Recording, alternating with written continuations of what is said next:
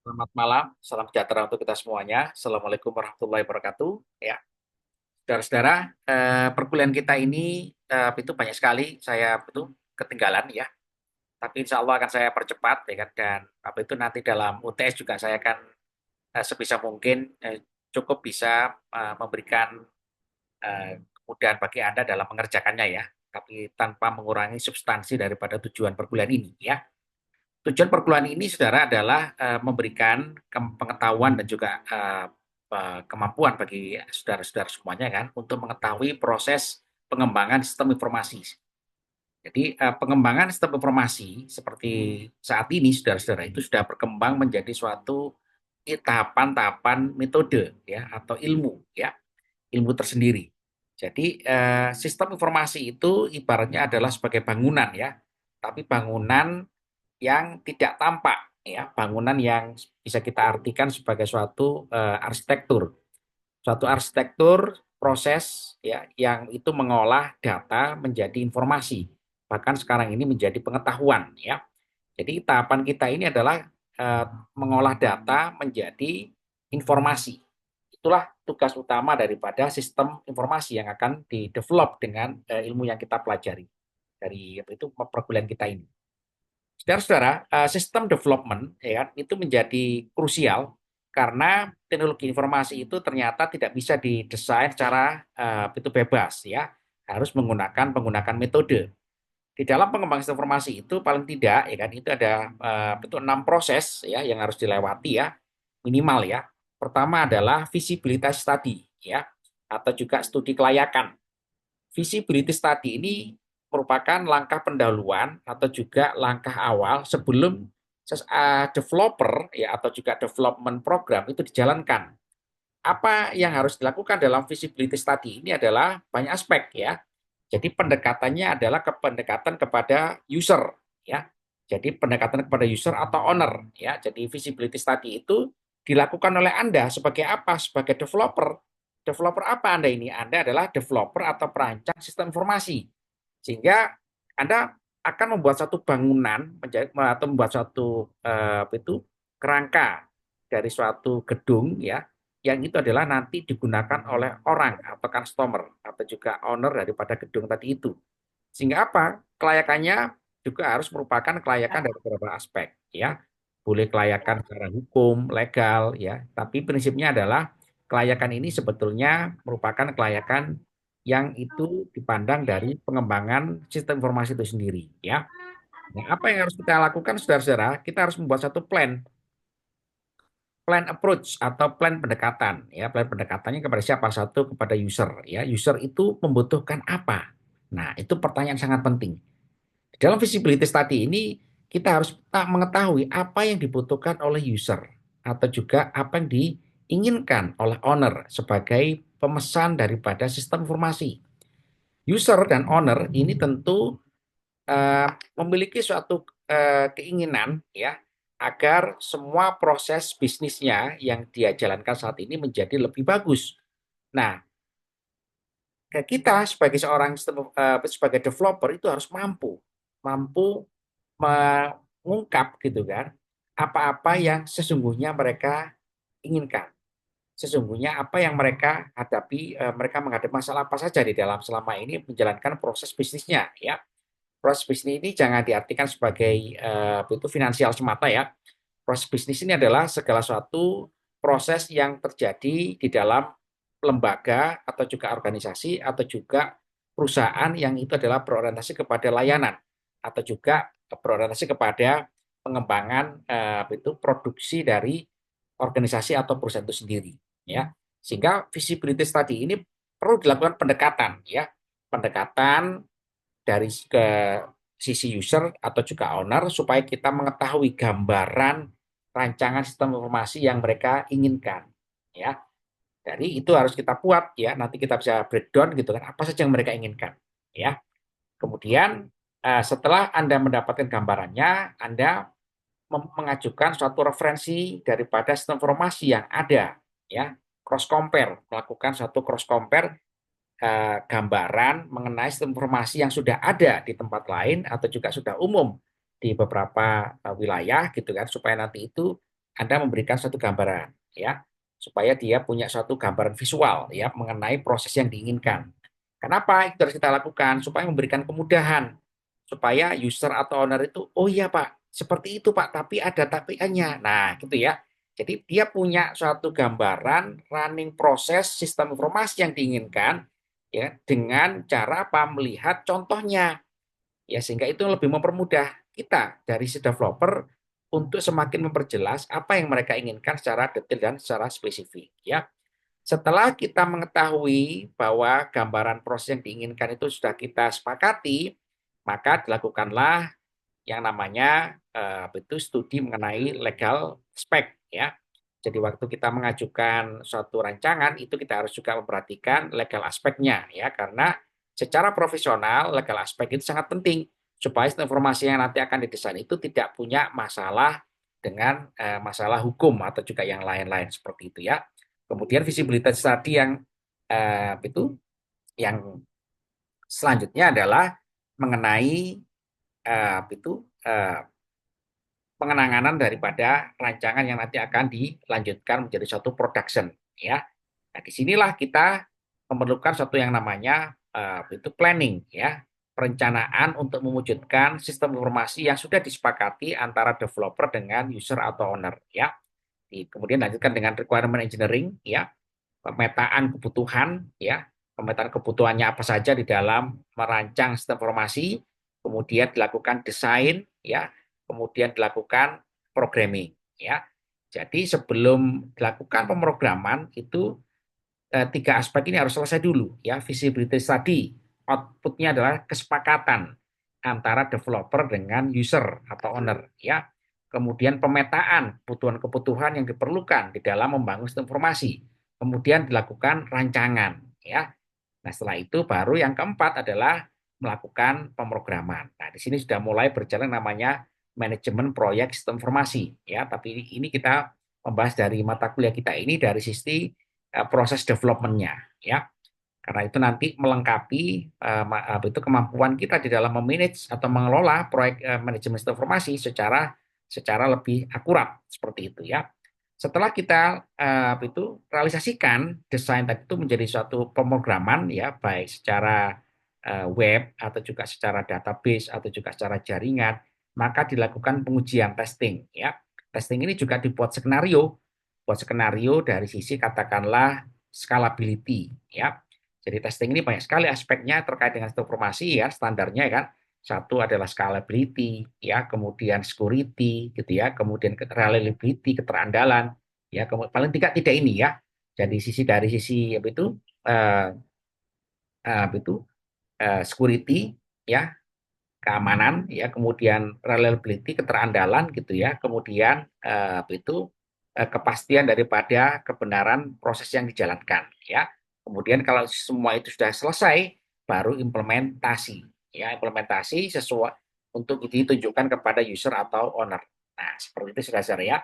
Jadi 6 tahap di dalam mendevelop sistem informasi ini saudara-saudara kan paling tidak ini menjadi acuan, ya, secara lebih detail itu banyak sekali yang nanti akan kita pecahkan, ya, atau kita breakdown supaya paling tidak 6 tahap ini bisa kita jadikan referensi bagaimana kita merancang sistem informasi berdasarkan pendekatan kepada kebutuhan user dan owner seperti itu, ya.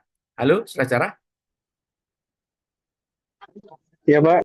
Nah, oke, ini adalah cycle-nya, ya, paling tidak itu siklus atau framework kita merancang sistem informasi, ya.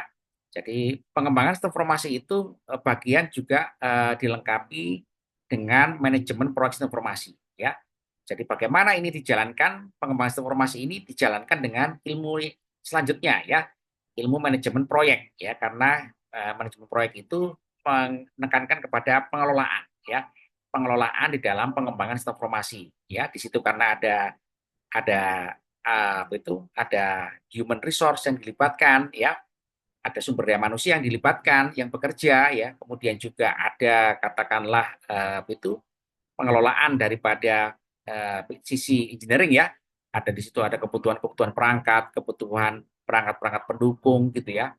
Di Misalkan saja nih gitu ya, Anda diminta untuk mendesain data center ya. Data center Anda orang sistem informasi diminta untuk desain data center. Padahal di situ kan data center itu secara ilmu itu dari ilmu komputer semuanya. Tapi ternyata tidak. Di situ ternyata kan butuh namanya bangunan ya. Yang bangunan itu adalah merupakan itu bidang ilmu lain ya yang harus memenuhi atau comply dengan standar eh, kriteria kebutuhan data center ya. Bangunannya tidak boleh kena gempa gitu ya atau dalam arti tahan gempa ya. Kemudian bangunannya tidak boleh ada bocor, sirkulasi udaranya bagus. Nah, itu semua semua diperhitungkan ya. Kemudian yang kedua apa? Supply listrik ya. Data center itu tidak boleh misalkan terjadi yang namanya supply listrik dalam sekian detik pun tidak boleh terputus. Kenapa? Karena data center ini diakses oleh penggunanya banyak sekali. Bayangkan kalau misalkan 1 detik putus gitu kan, data itu akan terhenti ya. Layanan itu akan terhenti 1 detik, padahal yang menggunakan data itu banyak sekali. Apa yang terjadi? Layanan jadi terhambat ya. Sehingga apa? Sehingga failover ya kan, atau dalam katakan ilmu jaringan ya, itu failovernya harus ditekan serendah-rendahnya. Nah, itu tentu adalah yang merancang siapa? Tentu adalah orang sistem informasi atau teknologi informasi ya atau ilmu komputer. Tapi yang kita bagian mendesain data center tadi itu saudara-saudara mau nggak mau harus juga melibatkan engineer yang lain ya. Engineer misalkan electrical engineering di bagian energi listrik, power.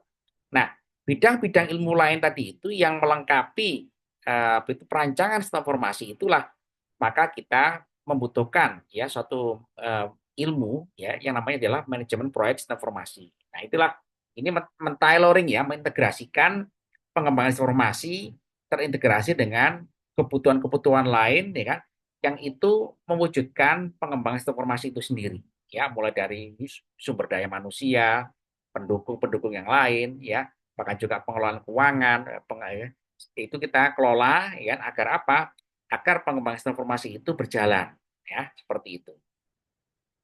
Halo saudara, halo, bisa dipahami ya? Ya Pak. Oke, saya lanjutkan. Ini saya percepat ya karena itu eh, oke, ya, bab 3 ya, bab 3. Nah, dari minggu yang pertama kemarin sudah saya jelaskan ya pendekatan dari sisi user dan owner ya. Sekarang kita coba perdalam lagi gitu kan, pendekatan secara bisnis ya, business approach ya. Seperti kita ketahui saudara-saudara ya, itu pendekatan sistem informasi ini gitu kan memang itu membutuhkan satu yang namanya ketepatan di dalam mengakuisisi proses bisnis ya. Jadi mengakuisisi ini memang tidak mudah ya karena kita itu diminta untuk itu memindahkan semua proses yang selama ini berjalan secara manual atau juga ya, berjalan tidak optimal di sistem sebelumnya pada perusahaan atau organisasi kita diminta untuk mengimprove-nya dan semuanya harus ada di dalam sistem informasi yang baru ya atau sistem informasi yang diinginkan oleh user yang akan Anda desain ini. Nah, ini memang pekerjaan nggak mudah ya pekerjaan seperti ini. Karena pekerjaan seperti ini sudah jarang membutuhkan suatu yang namanya banyak aspek ya. Banyak aspek yang memang itu membutuhkan kejelian ya, membutuhkan kesabaran gitu ya dan juga karena apa? Karena user itu memang dari sisi orang yang tidak mengerti teknologi informasi ya. Dia dari sisi hanya kepingin semuanya beres ya. User atau owner itu kepingin semuanya beres, kepingin semuanya baik gitu kan. Tapi dia itu untuk membahasakan ya, mengungkapkan apa yang diinginkan secara desain itu dia tidak bisa. Nah, bagaimana ini bisa kita lakukan saudara-saudara? Maka kita harus mampu menganalisa the business need. Nah, ini ya. Nah, ini Anda sebagai seorang developer harus mampu, harus punya kemampuan menganalisa kebutuhan bisnis. Ya. Jadi menganalisa kebutuhan bisnis ini menjadi suatu framework, menjadi kerangka kerja agar kita gitu ya, mengetahui secara detail gitu kan, apa yang diinginkan oleh perusahaan itu atau orang itu nanti kita jawab dengan rancangan informasi, dengan teknologi informasi yang kita hadirkan itu dia puas ya, sesuai, match ya. Jadi Kalau ini gagal dijalankan oleh developer, maka selanjutnya rancangan sehebat apapun saudara-saudara itu tidak akan memenuhi kebutuhan daripada user. Nah, ini ya. Jadi ini ya, ini menjadi kata kunci gitu kan keberhasilan kita merancang sistem informasi, ya. Nah, Pak, boleh nggak kita itu mendorong atau juga mengajari adanya teknologi baru yang itu memberikan added value kepada user atau owner terkait dengan kebutuhannya? Boleh, ya. Itu boleh, ya. Tapi harus tetap membutuhkan satu yang namanya agreement, ya. Karena bisa jadi apa yang kita berikan itu terlalu berlebihan, akhirnya dia sendiri kesulitan di dalam menggunakannya, ya, di dalam pengembangannya juga nanti ya, atau juga dalam pengelolaannya, ya. Jadi cara yang paling mudah itu adalah di dalam kita merancang sistem informasi itu kan bukan semata-mata dari aspek kecanggihan sistem, ya, tapi yang paling penting adalah memenuhi kebutuhan yang saat ini mereka inginkan sebetulnya, ya. Jadi itu di dalam tugas akhir ya, saya sering melihat gitu kan anak-anak kita dalam merancang tugas akhir itu ya, dia merancang sistem katakanlah bisnis X ya, bisnis A, B, C dan D gitu kan.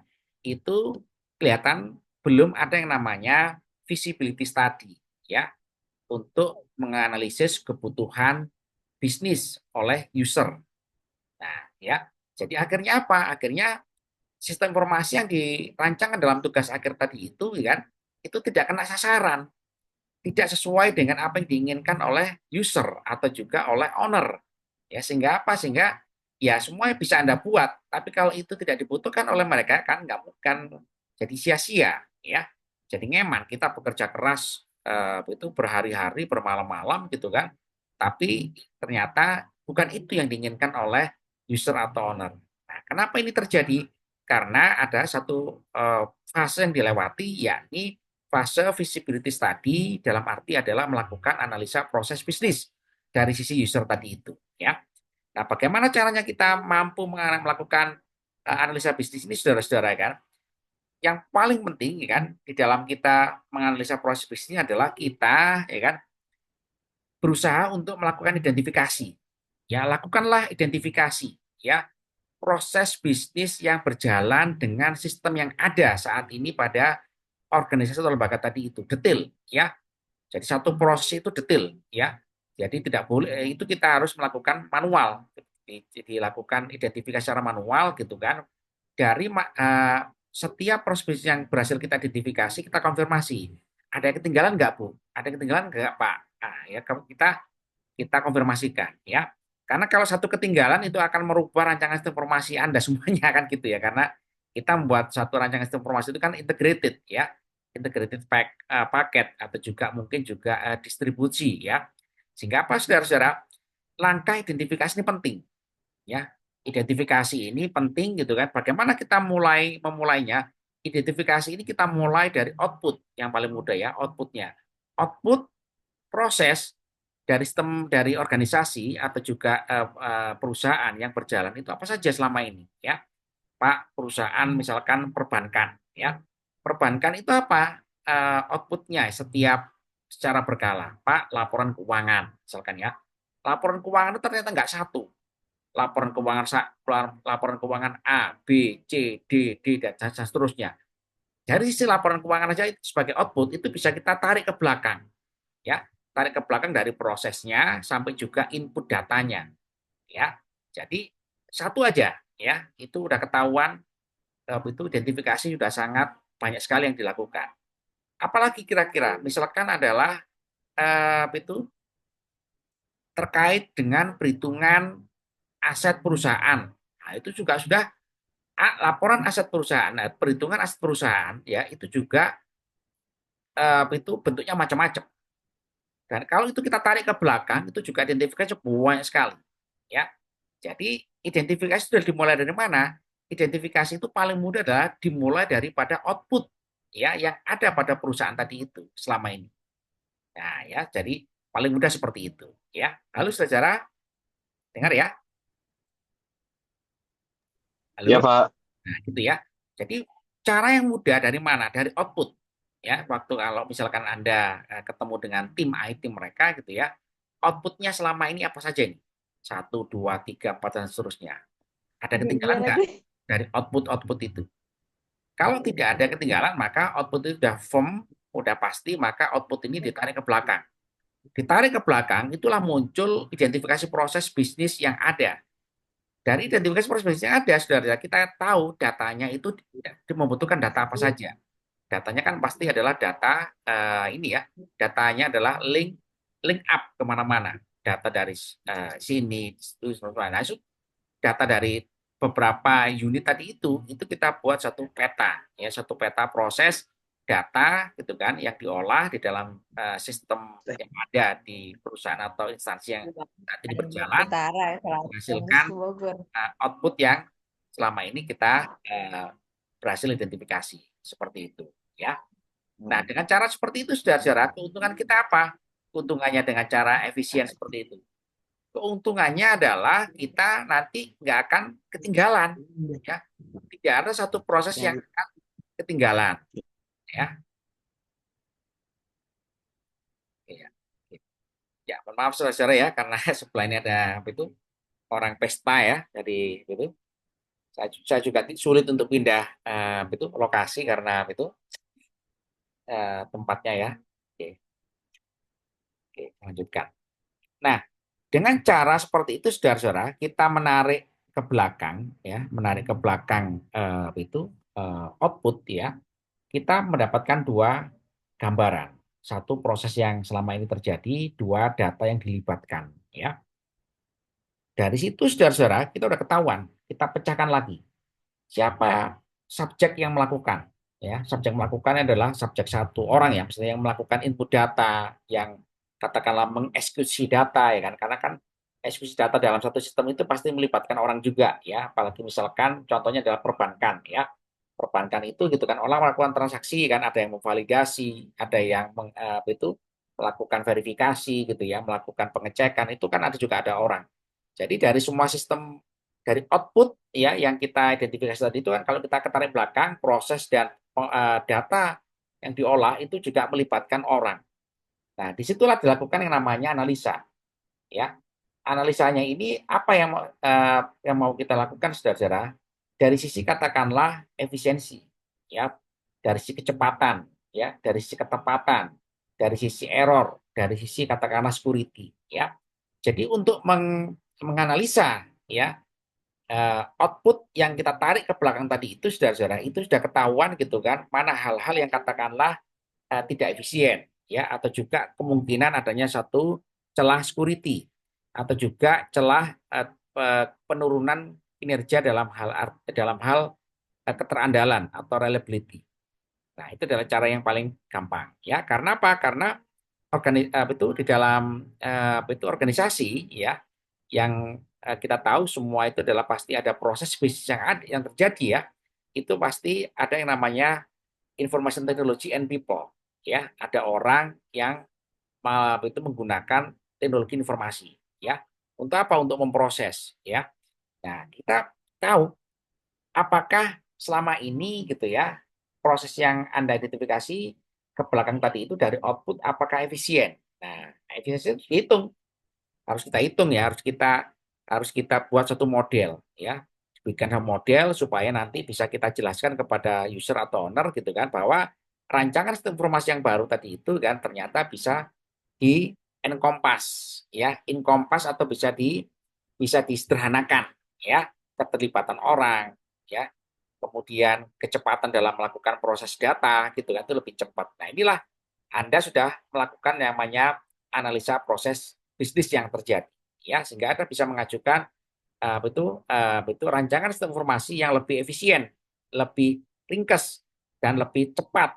Bahkan juga bisa mengatasi yang namanya celah security, misalkan seperti itu ya. Jadi saudara-saudara, setelah Anda melakukan itu identifikasi ya, Anda melakukan suatu analisa proses gitu ya, maka Anda di situ sudah dan itu dilakukan secara komprehensif ya. Lakukan secara komprehensif ya. Identifikasi ya, analisa proses yang terjadi, kemudian dilakukan secara komprehensif ya, direview. Dari hasil itu saudara-saudara, maka Anda sudah punya gambaran ya rancangan sistem informasi yang baru, ya, yang itu nanti disepakati dengan user atau owner, seperti itu, ya. Halo saudara, halo. Nah, ini ya. Iya, Jadi Pak. inilah itu contoh ya V model, ya. V model di dalam kita melakukan analisa proses bisnis secara lebih itu fokus, ya, dari atas sampai ke bawah ini, ya. Jadi ada business case, ada acceptance criteria, ada eh, interface specification, program, juga sampai ke development programming, ya. Jadi visibility study ini saudara-saudara itu lebih menekankan kepada gitu ya, itu identifikasi, ya, identifikasi proses bisnis selama ini ada, ya.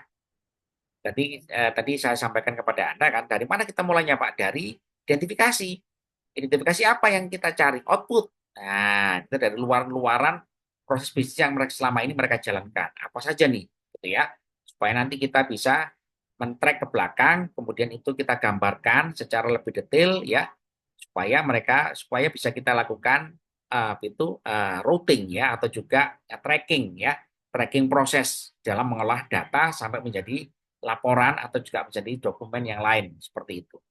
Nah, dengan cara seperti itu, saudara-saudara, Anda sudah katakanlah lebih lebih presisi, ya, lebih tepat, ya. Akhirnya apa? Anda sudah mulai mengajukan yang namanya itu rancangan desain, ya, gambar rancangan desain, keunggulan daripada cara kerja yang atau proses kerja yang Anda ajukan di dalam sistem yang baru nanti, gitu ya, sampai juga ada keunggulan efisiensi, keunggulan security dan lain dan sebagainya, ya. Lalu saudara, halo. Iya, Pak. Nah, inilah ya bagaimana kita itu model ya, model menganalisa proses bisnis yang ada pada organisasi atau perusahaan ya. Dimulai daripada itu investigasi situasi ya, kemudian melakukan itu pemetaan perspektif ya, melakukan analisa kebutuhan gitu ya, mengevaluasi opsi gitu kan, kemudian mendefinisikan kebutuhan ya kan, baru deliver change ya, baru Anda mengajukan suatu perubahan ya. Tadi saya katakan simple model analisa proses bisnis itu bisa kita buat secara sederhana dari identifikasi luaran dulu ya. Karena apa? Karena di dalam perusahaan itu kadang-kadang sudah memiliki sistem informasi, ya, tapi dokumentasi daripada software atau sistem itu nggak ada, ya. Bagaimana Anda melakukan itu, ya? Sementara Pak dulu yang merancang software ini nggak ngasih kita apa-apa Pak, pokoknya kita beli, kita disuruh gunakan, kita nggak tahu Pak. Nah itu kan jadi masalah, ya. Jadi masalah kenapa? Karena dia menggunakan software atau juga menggunakan aplikasi yang didesain tidak ada secara profesional ya, tidak ada dokumentasi ya, tidak ada petunjuk penggunaan, petunjuk pengembangan, petunjuk maintenance gitu kan, sampai juga katakanlah petunjuk-petunjuk yang lain ya, yang itu melekat kepada itu standar pengembangan sistem informasi. Sehingga waktu Anda ketika diminta untuk mengupgrade sistem atau melakukan pengembangan sistem, Anda kehilangan jejak, ya. Anda kehilangan jejak dan semuanya gitu kan. Pak, kemana Pak dulu orang IT? Pak, dulu orang IT nggak, waduh, nggak jelas Pak, udah. Apalagi Anda tanya kepada itu unit pengembangannya gitu ya, unit pengembangan perusahaan atau organisasi, ya udah kelimpungan, kelimpungan jawab ya kan, dan Anda diminta. Nah itu, tapi Anda nggak boleh putus asa ya, Anda harus tetap punya suatu pendekatan, approach. Ya, approach-nya adalah dengan, nah ini ya, analisa proses bisnis. Anda mengajukan satu model, ya, model yang mampu gitu kan, mengungkap, ya, menguncover gitu ya, proses-proses bisnis yang selama ini ada, yang terjadi di dalam perusahaan atau organisasi. Dari mana? Dari identifikasi output. Nah, itu paling mudah ya. Outputnya apa saja sini, gitu ya. Ada nggak yang kemudian terlewati? Pasti ada. Karena kan Anda itu tidak mendapatkan dokumentasi daripada sistem informasi yang saat ini berjalan. Ya, seperti itu. Sehingga itu tetap juga harus menjadi antisipasi bagi Anda supaya apa? Supaya nanti Anda tidak disalahkan ya, waktu mengerjakan proyek yang Anda peroleh atau Anda itu lakukan dengan user atau owner tadi itu, ya. Lalu saudara, Iya, Pak. ya. Nah, yang paling penting adalah di dalam itu ini ya, deliver solution, ya. Deliver solution itu sangat penting, ya. Begitu setelah Anda melakukan identifikasi, analisa, ya, maka kan Anda harus mengajukan satu solusi, ya. Solusi itu saudara-saudara Anda berikan tidak langsung secara spesifik, tapi juga Anda memberikan opsi, ya. Opsi-opsi pilihan yang itu supaya memberikan suatu gambaran bahwa untuk meningkatkan atau juga mengembangkan sistem informasi yang berjalan saat ini itu ada beberapa opsi, ada pilihan A, B, C, dan D. Dan setiap pilihan itu ada keunggulan dan kelemahannya. Nah, inilah tugas Anda untuk mengajukan satu konsep, ya. Jadi, Pak, begitu Anda, Pak, rancangan cuma satu, Pak. Iya, wah itu jangan. Rancangannya harus berdasarkan multi option yang opsi-opsi itu menggambarkan pilihan-pilihan secara terbuka, ya, bagi user atau owner, supaya user owner itu punya satu gambaran, Pak, saya kepingin yang sesuai, ya. Tapi saya yakin kalau dari sisi perusahaan yang profesional kan itu selalu berusaha untuk nutupi ini ya, karena dia menutupinya dengan harga paket, Pak. Kalau opsi satu harganya sekian, opsi dua harganya sekian. Nah, itu jangan dulu sebetulnya, harga itu sebetulnya kesepakatan terakhir. Tapi yang paling penting adalah mindset dari seorang developer itu adalah trying to solve the problems from the side of the customer atau juga owner atau user ya, seperti itu ya. Jadi apa maksudnya? Jadi Anda jangan tergesa-gesa untuk memberikan paket harga dulu, ya, itu nanti dulu ya. Kalau user atau owner itu sudah setuju dengan opsi-opsi yang ditawarkan, maka ya kenapa dia setuju? Karena Anda memberikan analisa keunggulan, ya. Analisa-analisa keunggulan adalah sangat penting. Kalau keunggulan sama kelemahan itu digambarkan secara jelas dari sisi developer, maka customer itu akan merasa merasa dia diberikan satu perhatian, ya. Jadi dalam mengajukan satu proyek informasi itu saudara-saudara kita jangan tergesa-gesa, Pak. Saya tahu Pak opsinya ada empat, Pak, tapi opsinya itu langsung berujung pada uang. Nah itu jangan dulu, jangan tergesa-gesa. Kebanyakan yang terjadi adalah ini tergesa-gesa. Sehingga apa? Sehingga customer itu merasa, waduh, masa setiap solusi harus ada seperti harus berujung uang, ya. Jangan dulu, ya. Kita itu mau melakukan proses pendekatan secara psikologis ya kepada customer atau user agar dia merasa bahwa ada solusi dulu. Ada solusi satu, dua, tiga, dan seterusnya yang itu memberikan gambaran keunggulan dan katakanlah itu prospek ya yang akan mengatasi permasalahan-permasalahan yang ada yang selama ini terjadi dengan sistem yang berjalan. Nah, gitu ya.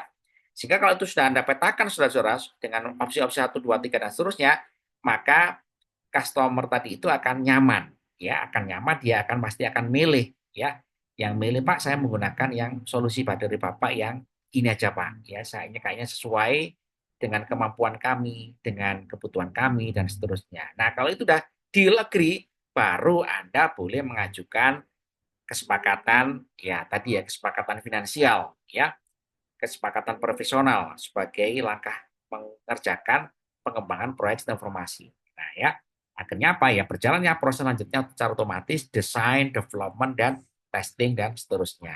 Ya, begitu saudara. Halo, halo, halo. Iya, Iya, Pak. Pak. Iya, Pak. Iya, Pak. Oke, saudara-saudara, itu nanti hari minggu depan kita lanjutkan lagi ya, Pak. Itu penjelasan kita hari ini ya. Halo. Iya, baik, Pak. Oke, Pak. Ya, nanti saya saya umumkan di grup, saya selalu umumkan di grup ya, supaya nanti Anda tetap mendapatkan materi dan buku ini sudah saya share kepada Anda ya, buku ini. Iya, Pak, sudah, Pak. Ada di Ya, oke. grup. Nanti saya akan memaparkan materi kedua ya mengenai proses development-nya ya, secara framework ya, kerangka kerja di dalam membangun rancangan sistem informasi ya. Saya carikan buku yang lebih spesifik lagi supaya nanti jadi gambaran bagi Anda ya.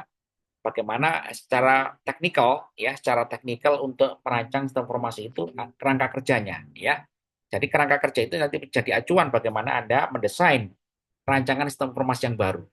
Jadi tujuan daripada mata kuliah ini adalah Anda itu memiliki satu pengetahuan untuk merancang sistem informasi yang baru, ya new, ya. Jadi bukan sekedar sistem informasi tapi new, ya. Kalau yang baru berarti kan ada yang lama. Nah, yang lama itu merupakan modal kita, ya. Modal kita dalam bekerja. Yang lama itu yang di mana? Yang lama itu dari sisi customer atau user atau juga secara umum yang terjadi di dalam masyarakat, ya, atau juga secara global. Yang lama inilah yang akan kita improve, ya, akan kita upgrade agar nanti menjadi satu keunggulan di dalam perancangan sistem informasi Anda, ya. Oke, saudara-saudara, selamat malam. Saya terima kasih atas waktu Anda. Kita ketemu insya Allah minggu depan, ya. Assalamualaikum warahmatullahi wabarakatuh. Nanti ini saya rekam, saya unggah di grup WA kita, ya. Selamat malam, salam sejahtera. Siap, Pak. Ya. Waalaikumsalam, Pak. Waalaikumsalam warahmatullahi wabarakatuh. Makasih, Pak. Waalaikumsalam warahmatullahi wabarakatuh. Makasih, Pak.